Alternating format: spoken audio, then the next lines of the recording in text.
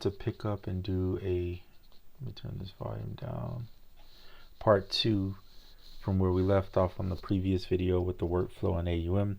I'm gonna have to hold this mic. Unfortunately, it keeps rubbing on my shirt, so it's making extra noise, and I don't want you to have to deal with that. All right, so one of the things I forgot in Drambo, if you're gonna do a one shot, let me grab the mouse real quick. Should be here. There we go. So if you're gonna do a one shot, make sure you stretch the bar this out. So if you, here, I'll just show you. Let's right click, delete. Just stretch it out all the way to, let's say, 8. And that'll give you, as long as you know what your sample length is. Mine in this case is 8 bars. I kind of know that. So there you have it. Make sure you do that, because in the video, in the previous one, you only heard literally this little portion of the sample. And it's just me playing the chords is all it is. But whatever. I just wanted you to be able to hear the full sample.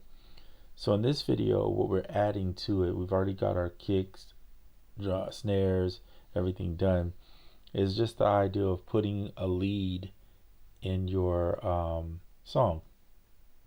So I'm on iOS, I'm kind of like mostly using, I'd say, the Swam instruments, and occasionally I'll use some other instrument, but they're my favorite leads on here. On desktop, I have a little more options, and I'm not really, I will use a synth lead every now and then, but it just depends on the feel of the song. Again, sound selection is like 90% of the song, because you can have a song that has limited or less, a little amount of parts in it, and it can sound really good if the sound selection is good. So make sure when you choosing your sounds that you're really thinking about it, not just randomly putting just anything together and thinking it'll work. It requires some thought. Sure, you can start with something if it's just a texture background or something, or a percussive background, but as you build, each one should complement the other. Hopefully that makes sense. Okay, so the flute. Now, the one thing with Loopy is you can lengthen the loops pretty far, so we'll use Loopy again, just for this lead. So we're gonna go in and delete columns, and I'm doing it with the mouse just because it's I feel like it's a little bit easier. I'm gonna try something here. Oops, that's not what I want to do. I want to see if it'll let me, and it may not. Let me use my finger this time.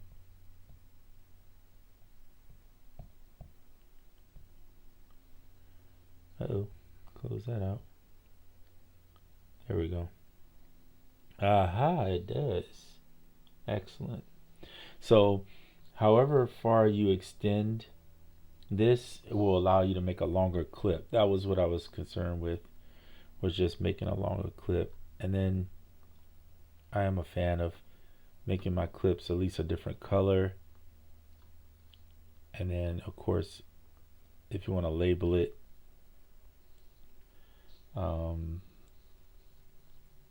you should. I would always encourage you to do that. Flute, lead, turn. Go ahead and set the length. I'm going to probably put this at 16 bars. You could do whatever you want. Well, I was going to put it at 16 if my finger would stop messing up here. All right, cool. And again, I like to, just as a reminder for anybody that might watch this video and not watch the other, I prefer loop audio threshold recording, and you can set the threshold where you want it. And the reason is because in the SP you have the option of setting something to wait for you to trigger it right when to start. that gives me time to hit the trigger right when I want it to trigger. I said trigger a lot, but whatever. Okay, so there we go. Got my reverb set. Always test stuff before you. This is Swam. If you don't know, they have play options here. You can do pitch bend on the XY on it, which is nice. So if you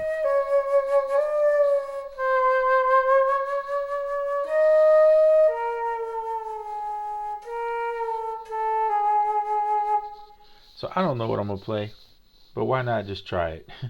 Sometimes it's fun like that. All right, so in order to try it, close that. You're gonna have to arm it. We're gonna have to give ourselves a count in, just because, so we can be right on when we start and it's ready.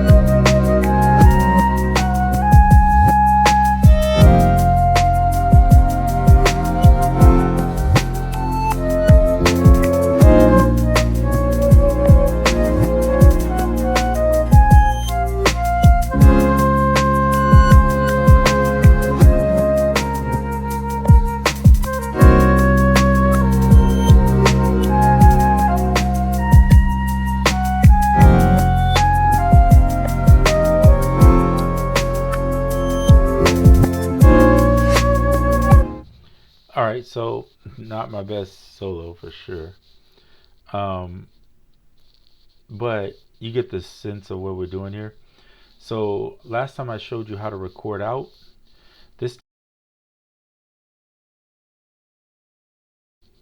This time I had to solo it. We're only going to record out the part that we didn't, and then we're going to re-record out this portion here. And the reason is because I think when I recorded out originally, I messed up, if I'm not mistaken, on this first part, because I don't think I had it set for 8 bars, so it would be wrong. So we're going to go ahead and do that. We arm just the tracks that we want to record out. We've already went in, and we don't need a pre-count. We set it for 16 bars, as you can see right here with the sync quantum. And then what you want to do is go ahead, like we did the last time, hit record, and then hit it again. And then it'll stop at the 16. Hopefully you can hear me.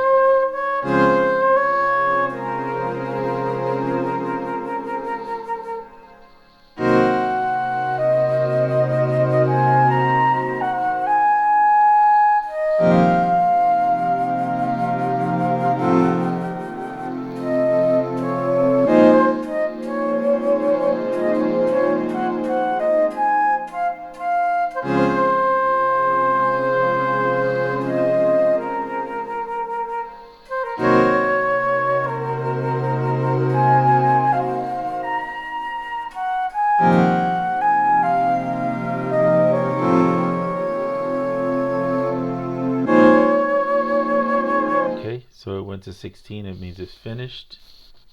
We can release these solos here.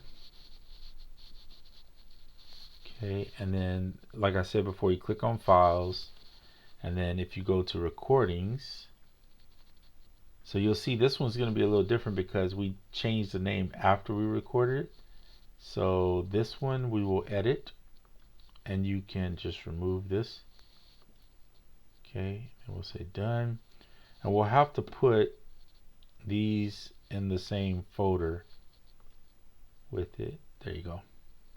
Okay, so if you see down here, manage, the recordings go, you need, if you buy AUM, I suggest buying Audio Share, because the recordings, Audio Share and AUM are owned by the same dev, right? So they kind of work good hand in hand. But you can, yeah, go in between and manage your files a little bit better. We'll go share, and this green button down here is to move. So we will move the items into, into this one. And then we'll get rid of this one. We'll trash it. We don't need it anymore. Okay, and I just moved my mouse back to my computer. I forget it goes back and forth with the iPad. All right, so there you go. So now you have all the tracks, this thing keeps popping up. Hold on a second. Okay, all the tracks in one folder. So now you can go and start sequencing or putting it where you want. I'm going to close Audio Share. We don't need it right now. Okay, we know. We get it. So now we have the recordings. It's better to go ahead and save the session now while we're here. I like to override. There you go. Overwrite. Not override, but overwrite. The session. And you can turn off records. We're good. I'll save it one more time just to be sure. Can't go wrong with saving. There you go. So that's all we got for this video. This is just the part 2 follow-up from the AUM recording using Loopy Pro, Drambo, and of course Koala Sampler and a few other apps to go with it. So now you see you can throw your lead in.